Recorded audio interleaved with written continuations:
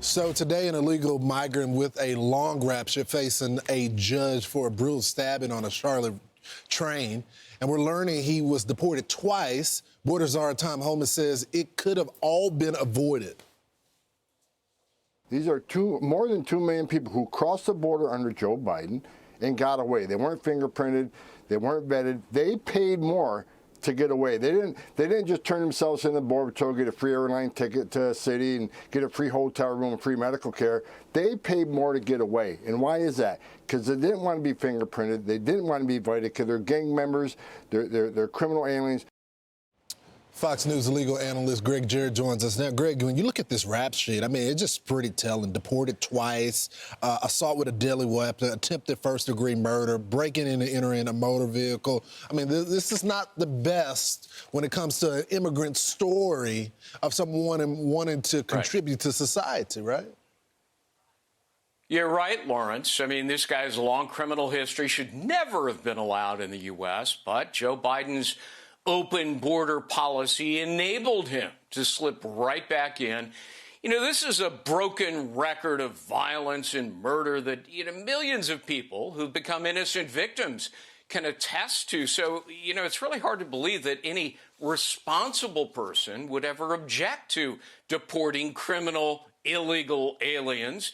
And yet, Charlotte still clings to its sanctuary agenda. Its liberal mayor and local officials vigorously opposed President Trump's efforts to send federal troops to Charlotte to deport criminal aliens who threaten public safety frequently. And once again, we see the inevitable result, the second vicious attack in just 4 months on Charlotte's light rail, supposed to be a safe place. The last victim was savagely murdered. It won't end until law enforcement, steps in. It's so true.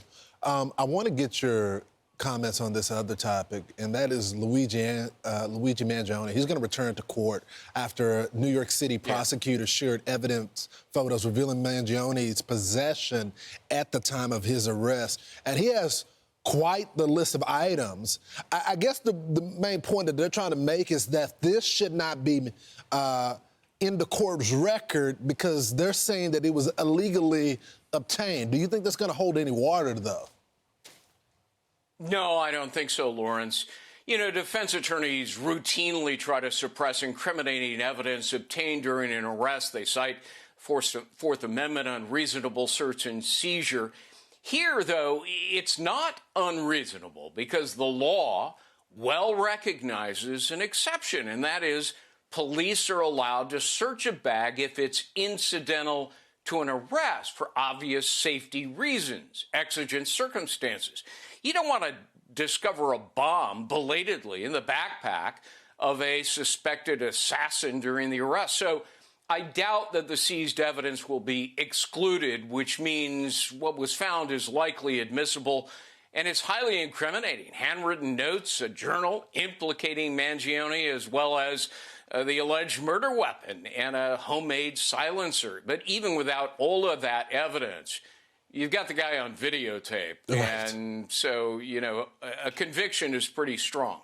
Yeah, and he's not just a terrible human, Luigi Mangione, because of the obvious murder that he committed, allegedly, but he's also a terrible client because he keeps talking, and he was talking with folks in the jail, and that makes it so hard for a criminal defense person, even if you're trying to protect someone's rights.